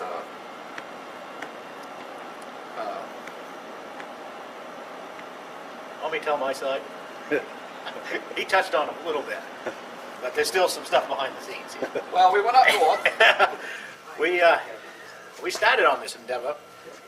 My father had taken ill, and in 2011, Mitch had sprung it all on him. And in 2012, Mitch came to visit my father at the house, and they were having a good old talk and all this about Midge's dream of the 50th. So, father was listening. Yep, it's a great idea. Yep. So Midge leaves. I'm still there, and father says, hey, he said, I probably won't be here, but he said, the boy's going to need some help. And I would expect that you will probably help him, won't you? I said, sure. I said, I'll do what I can. I'll do anything. Yeah. So we started in the fall of 2012, planning. And at that time, the Great North Woods snowmobile racing was going on, and that composed of Pittsburgh, Colebrook, Harrell. Yeah.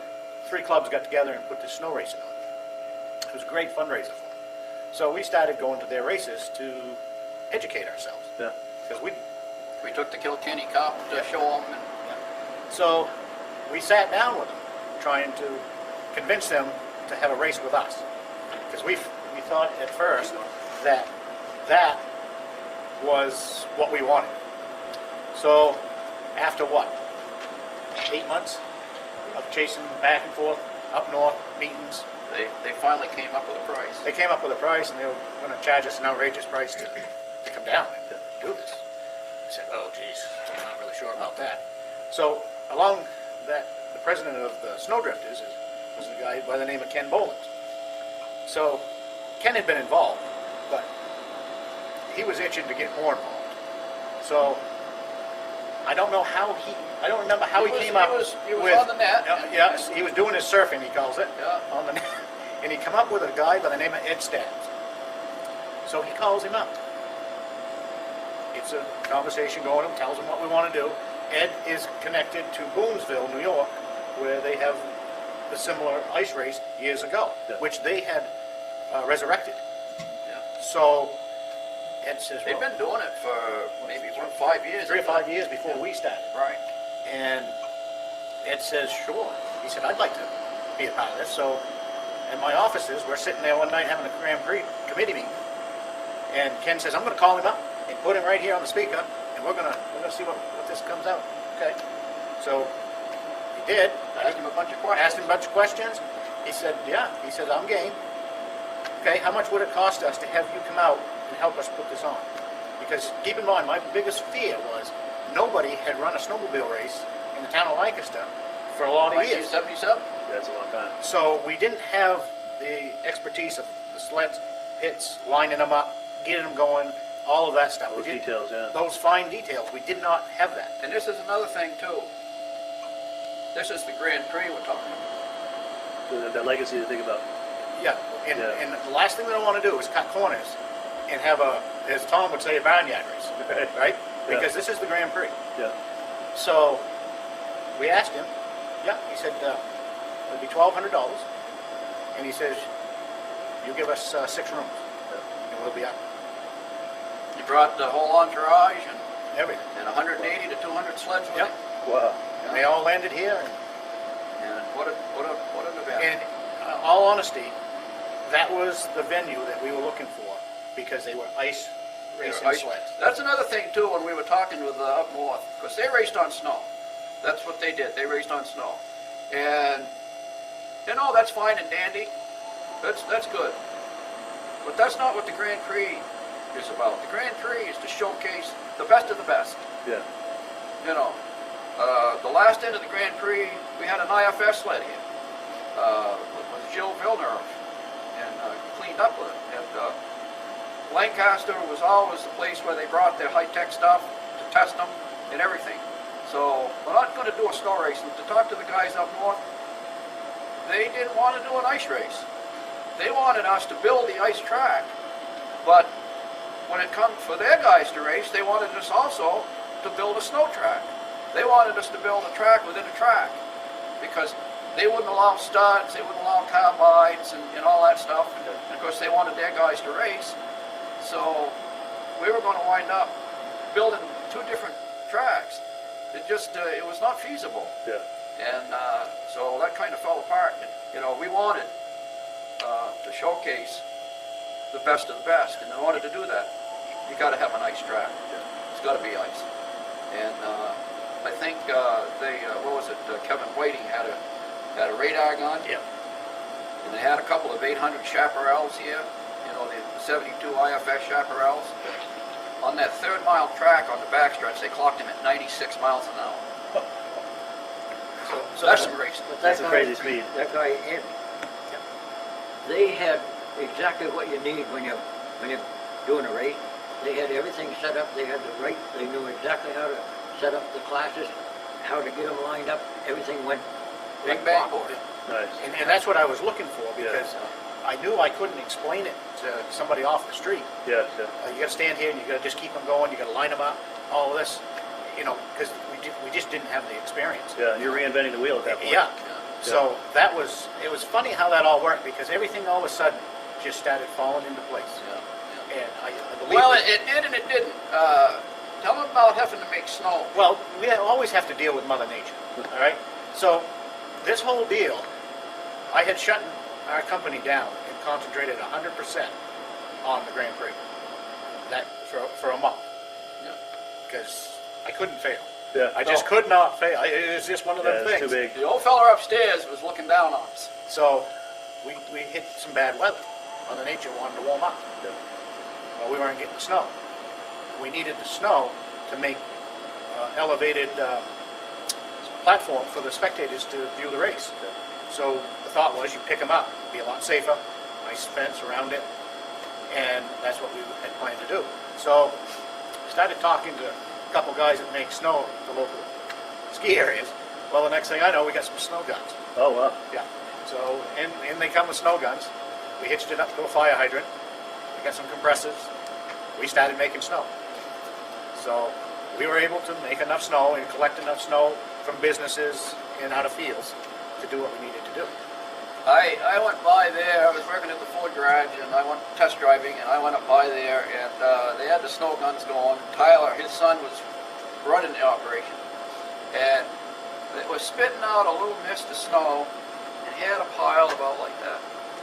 And I laughed. I said, "Come on!" I says, "They're going to make enough snow to put in a pickup, let alone a dump truck." Yeah. And I went back up test driving the next day. Mount McKinley. Really? Where that came from, I don't know. But they stayed all right. You know, their boys making some snow. They made a pile. They made some snow. Well, those guns ran for 24/7. Yeah, for 16 days. Wow. And then the town manager comes to Shane, and he asked him if he intended on taking a shower that night. And Shane says, "Yeah." Guess so. Yeah. He said, well, you may want to reduce the water because the water's starting to drop in town. They ran out of water at the trailer park. The trailer park didn't have any water. So we cut back to one gun, and everything, of course, came back up. But we were conscious of that we were taking that much that we needed to, you know. Right. So, but yeah, no, Mother Nature played a big part in this. As it turned out, when the 50th was there, it was a Perfect day, perfect weather. weekend for that. I mean, Yeah, we put that big tent up. Yeah. Yeah. Shane says a couple weeks before, a month before, I guess, the event, he says we're all set on a tent. We wanted to do a tent so we could have indoor functions like, you know, thing. He just wanted a tent. Yeah. You know, people could go in and get warm. Well, this outfit, and I won't mention them, Shane says we're all set on the tent. They said we could have the tent. Well, unbeknownst to Shane, I had gone down here to the people that put up the tent where the old diner used to be. So what, an 40 by 20? 40 by 120, wasn't it? 40 by No, 100? 65 by 100. Okay. That's a It big was, tent. it was a it was a three pole. It was like a regular circus tent. like a circus tent. Circus And came to town. Huh? Oh, it was there. I had gone down and I'd asked, because I'd seen that tent put up, you know, when they have their summer bazaar and stuff.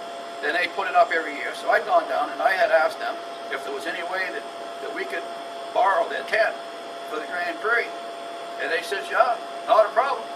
We'll even help you put it up if you let us have a little booth where we can sell our hats and gloves and mittens and stuff. Because they had a little clothing store there. I says, that is not a problem. Yeah. Not a problem. So that was sort of all set, but then Shane says, well, no, this other outfit, no, we're all set. They're going to let us have a tent. So a week before the Grand Prix, I go up and ask them if they can let us have the tent.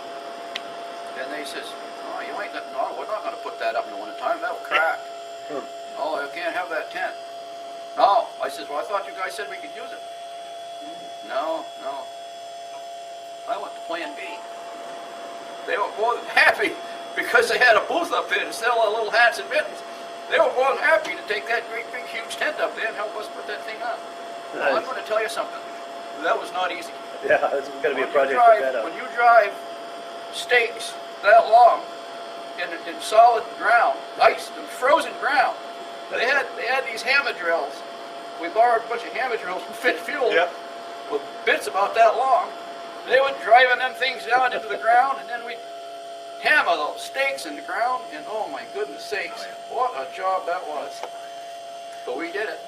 And I'll tell you something, when you drove up north, up near the fairgrounds, and you saw that big tent up there, you knew something was going on. Yeah. You knew it was going to be a function. Something's going on, yeah. And that's the type of, I was going to touch on it, is the whole town was involved. Yeah. If you needed something, they would help you out. I mean, when we put that tent up, I guess we probably had, 30 people up there? Oh, had to be. Everybody, we went around looking for help once we 40 realized. Ford garage, you went out. Once we realized we had bitten off a little bit more than we could chew, and people started showing up. We had no idea how hard that would be to put up in the middle of winter. Yeah. So, and it's just like the Rialto that Midge spoke about. Yeah, they let us use it for nothing. The community was embracing us wicked. I mean, it was unbelievable. That's cool. It's been a long time since I've seen the town so excited to have something happening like that. Yeah. I mean, the churches did their chicken pot pies. All of that. I mean, it was crazy. It was unbelievable. And Tom talks about back in the day with the motel going back to St. Johnsbury, Littleton, Gorham.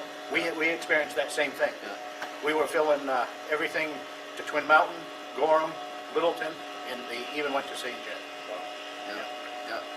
Because we had hired a marketing person to help us, and she kept tabs on all of that because we really wanted to be able to show that this, or know that this really helped the community. How much it impacted it as far as find a way to measure the how much it helped. The impact. The Friday before, Paul Crane had his first big snowmobile show, vintage snowmobile show. The Kilkenny Cup was there on display at the museum. And of course, it was Thursday, wasn't it, that we did the motel. Oh, and that 63 Skidoo, the original Grand Prix winner in 1964, that was fully restored, and they brought it in during the Lancaster Fair. Shane had it displayed on the sidewalk in front of the movie theater. Oh, wow. Nice. Yeah, we had it there. We had it at Mountain View at the ball. Oh yeah, the Kilkenny Cup ball. We had a huge turnout. We filled the place down. We filled it. They were turning them away there. We couldn't sell any more tickets. Wow. And it was absolutely unbelievably huge. And here's another little tidbit. On Saturday and Sunday, in 1964, the dates were February 1st and 2nd. Exactly 50 years later, in 2014, the dates were February 1st and February 2nd. Wow. That's amazing. Yeah. That's cool. Yeah. And after the event is all over with, I said, Shane, I says, man, I says, something special just went down. He says, Midge, it was magical. Yeah. It was. It was a great time. Yeah. And then Mitch talked about it continuing. We did, and it was growing. It really was. But we were burning out people. Yeah, 2016 rained out, Yeah. unfortunately. And unfortunately, we could not get enough volunteers No. to continue. It's tough today to ask people to go up in the middle of the night that have jobs, Yeah. 2, 3 o'clock in the morning to lay ice down Yeah. when it's cold. We realize that, it's tough. Yeah. Yeah. But, you know, If you want anything done worthwhile, but at the end of it, you know, we had the likes of Sabrina Yeah. coming. yeah, we had some remember people, that, yeah. You know, and You don't get any bigger than that. it's growing. It was It was growing. growing. Yeah. So, will it ever happen again? We don't know. We don't know, but I will tell you, there is an extreme amount of interest. Yeah. I get phone calls every year Yeah. from people that, Well, on our Facebook page, I'm sure if you go there to the Hall of Fame page, occasionally some of those guys from New York will post a little blurb about, you know, boy, I wish you guys would bring back the Grand Prix. I'd be there in a heartbeat. Wow. Yeah. You know. I'll tell you this little tidbit. So we had partnered up with the Chamber of Commerce, of course, you know, and they were eager too to be a part of it. Yeah. So we were running a lot of the, I believe they call it Google Analytical Yeah. stuff from our Facebook stuff. Yeah. So Beth calls from the Chamber of Beth? Commerce. Okay. Sorry. And she says, Shane, we got a problem. I said, what's that? She says, we're up to 69,000 people that are looking at this. Interested in coming. And I said, okay, that's a good thing, like that.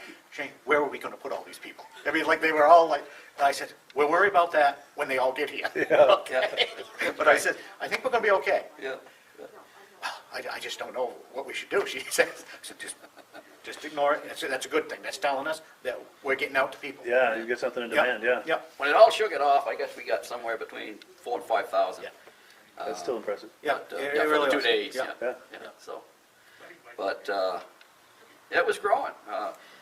And I told Shane, you know, it'd be cool to have some heated grandstands like in Eagle River. You know. People, you know, the old people could go in there and like Tom. Yeah. But I think we're a ways away from that. Yeah, well, We still got a little bit more growing to do. you know, I had that little dream to start with. Yeah. You know. So, Oh, but, well. But yeah, you know, Yeah. I'm a second generation snowdrifter. My two boys were very instrumental. Yeah, in they were. putting on the Grand Prix. This is something I also, before this is over with, we want to thank the young fellows that were helping us out, and Shane's two boys, and Paul's grandson, Yep. and Sean Whiting, Yep. and who else was there? We already mentioned Kenny. We got to. Kenny. We can Kenny mention him Bowles. again. Kenny Bowles, thank goodness for Kenny that he found Ed Stab, Yep. and thank God for Ed Stab that came to our rescue and turned this event into something that was extraordinary. Yeah, that's The Kopp family, Mike. the and Kopp family, Keith, Alex. my family. I'm going to say that they're my family. I worked there for almost 30 years. I knew that dad.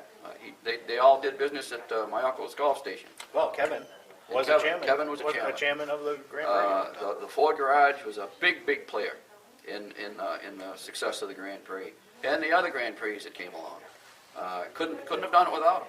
In fact, in the 2014, the 50th reunion race, the Kopp boys pulled a brand spanking new white 250 Super Duty pickup off the lot and took it to, I think, St. Johnsbury.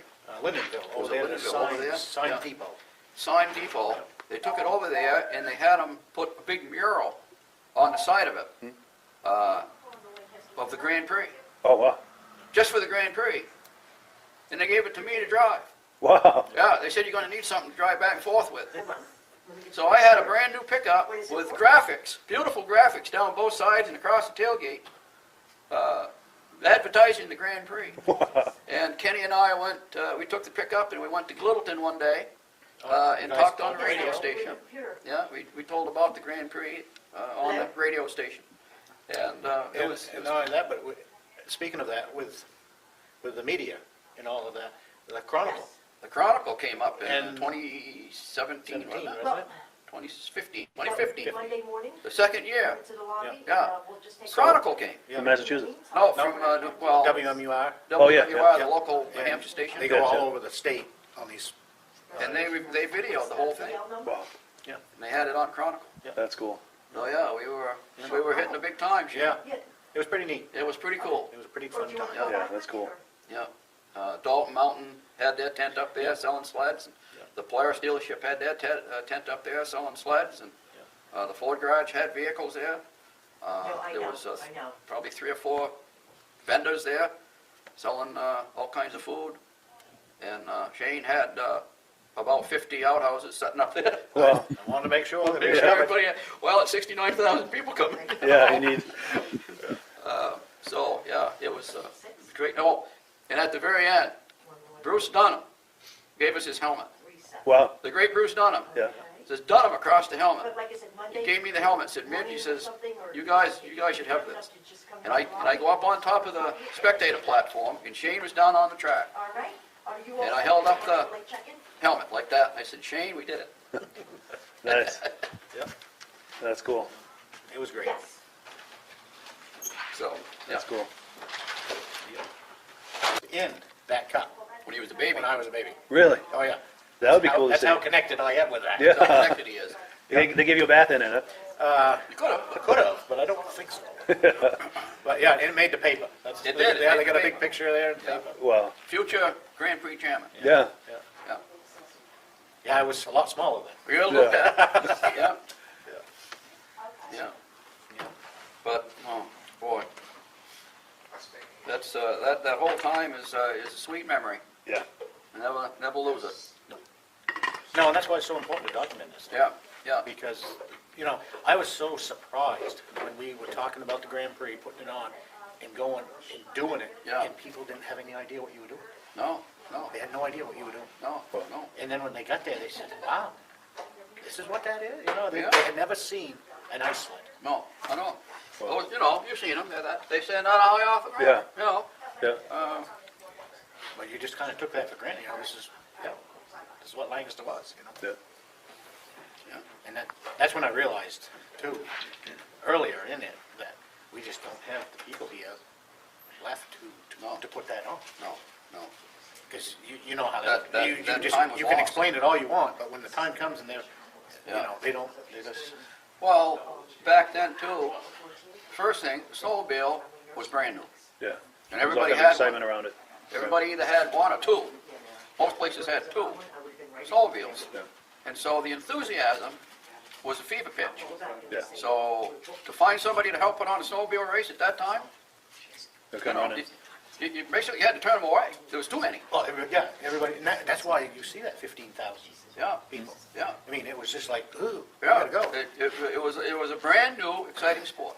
Yeah. Yeah. So hello everyone, this is Mike. I'm here in Lancaster, New Hampshire at the Lancaster Motel. Today is December 31st, 2022. Yes, New Year's Eve. If you watched the live podcast last night, Friday, December 30th, we were here for the NBR Racing Party.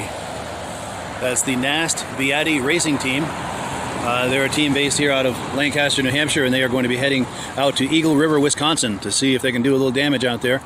And they had a send-off party last night. We all had an amazing time. It was really, really fun here at the Lancaster Motel. There's a lot of snowmobiling history made at the Lancaster Motel. Back in the 60s and 70s, all of the big name racers, teams, and all their support people used to stay at the Lancaster Motel. There are stories, legends, lore, whatever you want to call it, of how they would take the sleds sometimes or just the engine into the room to rebuild overnight. And legendary racers like Gilles Villeneuve and Bob Eastman stayed here numerous times. There's images in the motel of Gilles Villeneuve getting an award because after the Lancaster Grand Prix they would have the award ceremony and give out the trophies right there in the lobby of the Lancaster Motel. And there's a bar in there as well. They used to race elbow to elbow during the day and drink elbow to elbow after the races at night right here in the bar of the Lancaster Motel. So a lot of history associated with the Lancaster Motel as it pertains to snowmobiling. It's also a wonderful destination for eastern trail riding. Now, sadly, we've gotten some warm weather here and we're losing all our snow. All we've got left now is snowbanks, but that's temporary. It's 50 degrees as I stand here, and it has been the last 2 or 3 days. But it's just a matter of time before we get a good dump. And I was talking to the trail master of the Snowdrifters Snowmobile Club, which incidentally is the first snowmobile club in America. Right here in Lancaster, New Hampshire. And they still have a lot of those legacy trails that you can ride today. I was talking to him last night, and He runs the groomer and he's in charge of all of the trails and everything. And he said as soon as we get some snow, they're going to be out there grooming as soon as they can, and the trails will be in real nice shape and ready for use. And this motel, the Lancaster Motel, is right on Corridor Trail. I can't talk. Corridor Trail 5. You can snowmobile right from your door. We're at the front part of the motel, but the trail goes through the back side of the motel, and you can park back there and have your trailers and pull right up to your door. Now we're going to walk around the side of the motel here. I've got a few things to show you. There's a lot of history, as I said, associated with the motel. In fact, if you were to walk down here about a block or two that way, Crane's Snowmobile Museum is over there. There's over 100 sleds in there. It is by appointment only, so if you book a room here at the Lancaster Motel for some snowmobile riding, as soon as you hang up the phone from booking that, you want to call Crane's Snowmobile Museum and book a time to go in there and check out all the sleds. It will be worth it. Now, I'm going to show you some more history here just around the corner. But not too long ago, they commissioned an artist to paint a mural on the side of the building, and we're going to check that out. And this mural talks about all sort of different things related to Lancaster's history. And I don't know everything about Lancaster's history because I'm not from here. I grew up about an hour from here. But what I do know about Lancaster's history is this right here. Much of American snowmobiling as we know it started right here in Lancaster, New Hampshire. And I'm going to tell you about that in just a moment. But let's walk down and look at the rest of this beautiful mural here. And at the end of the mural, I have a story for you. If you have not heard this story yet, it's worth sticking around for. If you enjoy snowmobiles and snowmobiling history, and if you are an enthusiast of the Ski-Doo brand, I have got a story for you. So do not go anywhere. We're just checking out this mural here on the side of the Lancaster Motel. Nice little tribute to Lancaster. Now at the back of the Lancaster Motel's property, you see this great Northwoods Welcome Center. The building that used to be on this location is no longer there, but this is the site of where the first Ski-Doo snowmobiles were imported into the United States. Ski-Doo, as it exists in the USA, started right here, literally at the back of the Lancaster Motel. This is where the first Ski-Doos were imported. It was people from Lancaster like Bob Bottoms and Paul Crane that set up the first Ski-Doo dealerships in the U.S. and all through the East.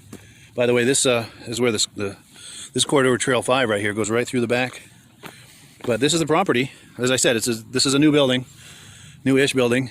The building that existed when they were importing Ski-Doos into the U.S. in the 60s, late 50s into the 60s and through the 70s, was right here on this very spot. This is, if you're a snowmobile enthusiast and if you're an enthusiast of the Ski-Doo brand, this is hallowed ground.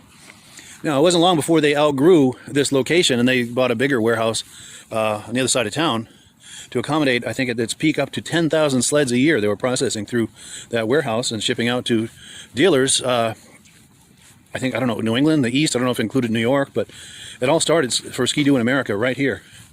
And we're walking around the backside of the Lancaster Motel, and this is where the trail goes through. And they've got places here where you can park your trailer and your sleds. And yeah, this is set up for snowmobiling. And it's in the heart of snowmobile country. And when it comes to a town with snowmobile history, it's hard to find something with more history associated with it than the Lancaster Motel, the historic Lancaster Motel. And they have packages you can rent, by the night, by the weekend, a few days during the week, a whole week, whatever you like. But they have a special package. This isn't for everyone, but for the right person, this is a wonderful package.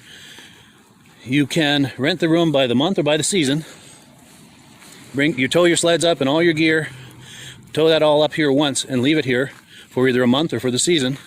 And now you just go back and forth with your car or truck or whatever, and you're not having to tow every single time. So that's not for everyone. But for the right person, that is a really nice situation. This can be your camp in the North Country or your home away from home. You tow your sleds up once, leave them here, and all your gear, your helmets, your clothing, the whole thing.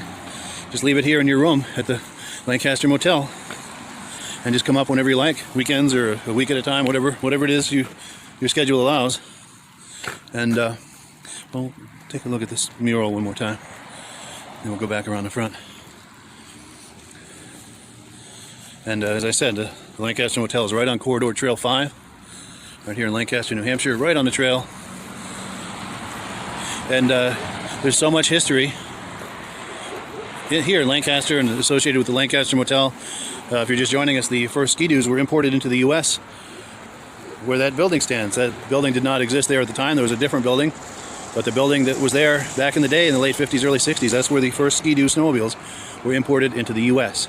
And Paul Crane and Bob Bottoms and probably a couple of other people set up dealerships, Ski-Doo dealerships all across the Northeast. I'm fuzzy on a lot of those details as far as the Northeast or New England or exactly what that geographic footprint would have looked like exactly, but you get the idea. Right here on Main Street in Lancaster, and we're just about a block and a half to 2 blocks away from Crane's Snowmobile Museum. So what a lot of people who enjoy snowmobile history like to do is they book a room for some trail riding right here at the historic Lancaster Motel. Once they hang up the phone from booking the room, they then call Crane's Snowmobile Museum because that's available by appointment only.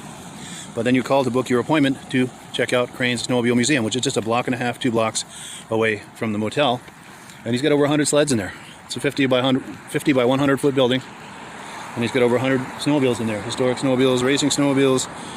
Got a little bit of everything in there. He's got what I think is a, don't quote me on this, I'm a little fuzzy, but I think it's a Model T car with some tracks on the back and skis on the front. Almost like you see in that Christmas special, Santa Claus is Coming to Town. He's got one of those in there, and he's got sleds from he's got some old rear engine sleds and stuff from the 60s and 70s and a little bit of the 80s. The racing sleds, consumer sleds, just a little bit of everything.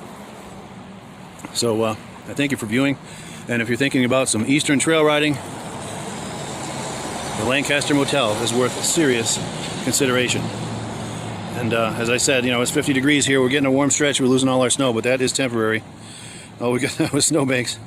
So you want to call ahead too and ask about the snow conditions, the trail conditions. There's also the Snow Drifters Snowmobile Club. They can set you straight too as far as conditions.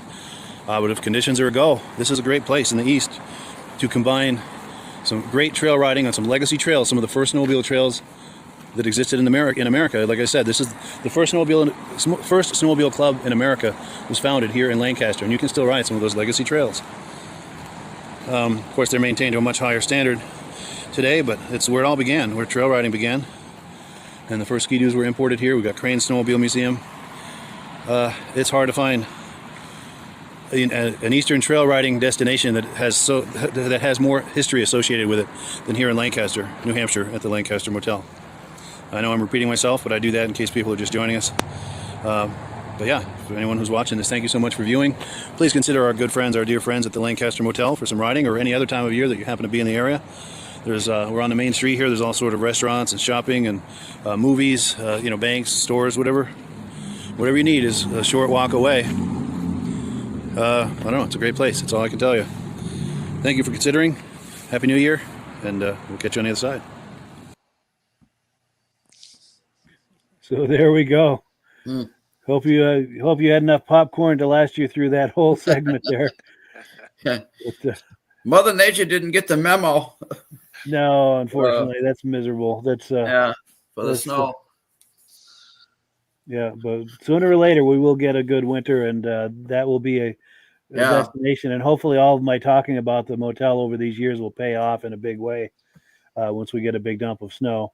Yeah. And we've got more comments coming in. James Whiteside says, great show, guys. Thank you. We appreciate that. And Rob, any reactions to what we've been looking at or comments, questions? I think it's one of the better shows we did. Lots of history. Wow. You could never find that anywhere. It's true. It's true. Yeah. Lancaster has a truly unique combination of things to offer for snowmobilers, especially if you're interested in the history of it. But, go ahead, Midge. Well, because 2016 was our 50th, and this year would have been our 60th. But unfortunately, even if we wanted to have a race, we wouldn't have had enough cold weather to build an ice track. So, yeah, that's too bad. Just people come up into the North Country, for to see a little snow, and it's just not a good deal. No. Hopefully the trend will start reversing here before let's long. Hope. Yeah, let's hope. Get a few good winters and make all the snowmobilers happy. I can remember it was 79 and 80, it was just like this. We didn't have any snow. Hmm.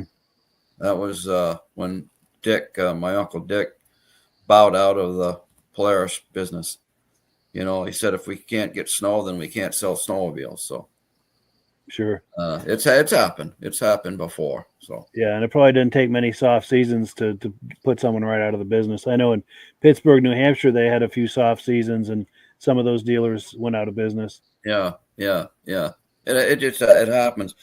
In this week's Democrat, they have a backward glance.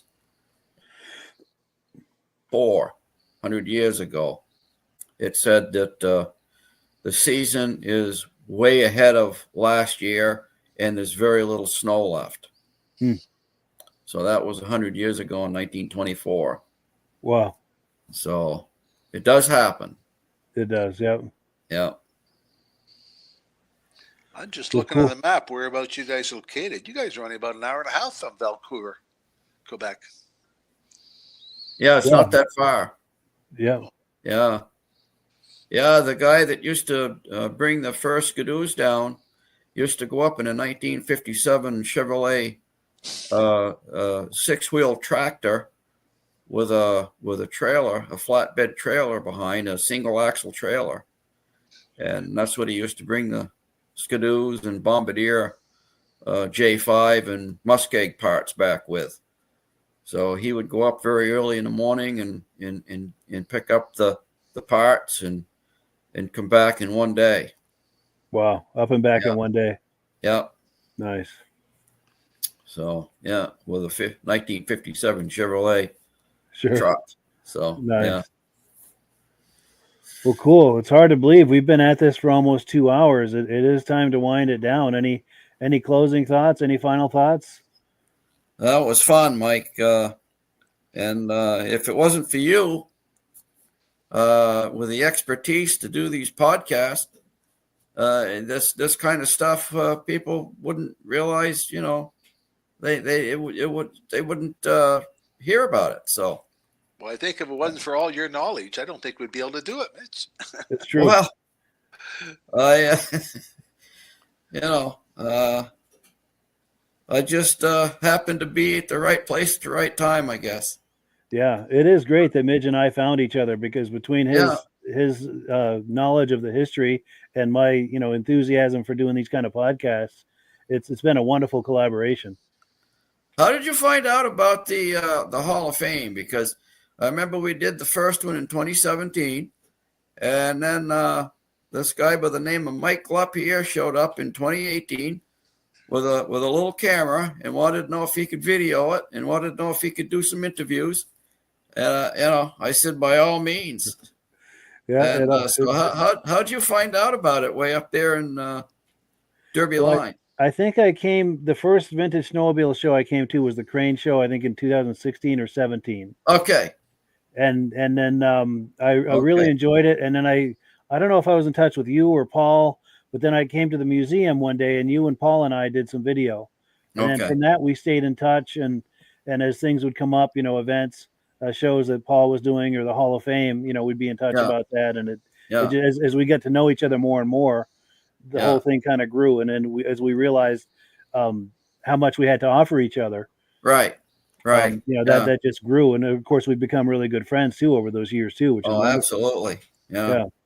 And if people don't realize how much Mike does for the Hall of Fame by burning DVDs for us that we send out to all of the inductees, and he does so much for free. Just in mail stuff out for us, and it's all pro bono, and it's a worthy cause. Yeah, so it's a labor of love, I guess you'd call it. We just love the sport, and yes, I love the people that are in the sport, and it's a wonderful community. Yeah, for sure. Yeah. And also, I have to pay a compliment to Rob. He and I stumbled onto each other, I'm going to say 2.5 to 3 years ago. And first, he was just sharing a video clip here and there. And of course, as we got to know each other, and same sort of thing like with you and I in the Hall of Fame, the more we get to know each other, the more involved he got with the podcast. And I couldn't do without him now. He's become a great friend, and he brings a lot to the podcast. And All for the love of snowmobiling. That's That's right. right. Yeah. Yeah, that's right. That's what it's Yeah. all about. Yeah, and I think it's safe to say there's across this screen right now. There's 3 very passionate people for vintage Yeah, snowmobiles. yeah. Yeah, And we Mike and are. I even did a muscle car podcast or DVD. Yes, And yes, we interviewed Don Call that's right. with Yeah. his Hemi Dodge, Hemi Plymouth. Yes. So, well, you know, it's we bounced into another whole realm, but Yes. basically we stick with the snowmobile. Yes, Call- and in many ways, Call yourself a motorhead. yes, Yeah, it's the big Yeah, umbrella pretty for much. all of it. Yeah, pretty for much. sure. And Yeah. I like to think we're all just getting started. I think we're just getting some traction here. I think there's Yeah, we're more. just getting us tried. Yes, Yeah, yes, I'll and we be- have. I'll Go be ahead. 73 next month, so I just I don't know how much striding I'm going to be able to do. Yeah. You know, but We'll get in as much as we can. we're getting while in as we much can. as we can. Yeah. Well, if Tom McLaughlin can win the Grand Prix 3 times in a row at 83, Sure. it's help for us, I guess. There's hope. Yes. Yeah. Oh, and we get a nice compliment here from David at Alaska Railroad. He says, "Midge is right, Mike. Thank you. You are a legend." Well, thank you. That's Yeah, very absolutely, humbling. Mike. And I have to say the same for you guys as well. For Rob and Midge, you guys are as well. And I have to quote Ringo Starr. I get by with a little help from my Little friends. help from my friends, yeah. That's right. I think it's true. We all have something to offer each other in the viewing public, and Yeah, That's and good I think the for sum is greater collaboration. than the parts because the Beatles are actually a great analogy because each of them were great musicians on their own, but Yeah. none of what they did together was so much bigger Magic. than Yeah. what any of them did on their own. They did great solo stuff, but nothing Yeah, that nothing approached like what they did together. The synergy Yeah. was just took it to a whole other level. Oh yeah, oh yeah. And we've got about 3 minutes left before we get because we've got a 2-hour limit with this interface I use, and we'll get Sure. shut down just like Cinderella at midnight. But we've got a few quick Yeah. comments I want to get in here. James Whiteside says, "Attaboy." Well, thank you so much. Rich Shad says, "Good evening, guys. Great show tonight. Thank you so much." David from Alaska Railroad says, "Snowmobiles are in my blood for sure." Awesome. Well, you're in the right place. Yeah, yeah, We're all in the right place. yeah. And Todd McMillan says, "Hi, Mike. Just turned on to the show. Love the stories." Well, we appreciate that. Thank you. Well, cool. Yeah. So yeah, before we get shut down like Cinderella at midnight here, I think we'll close it out. But yeah, thank you, Rob and Midge and all the viewers. This is just a wonderful time, wonderful experience. Yeah. It's great doing it with you, Mike. Yeah. Likewise. Good to see you again, Mitch. Yeah, good to see you, Rob. And thanks again for this. You're Yes, the welcome. hoodie. I'll put you full screen. There it is. Gotta love it. Glad you appreciate it. Good night, guys. All right, guys. Good night. Take it easy.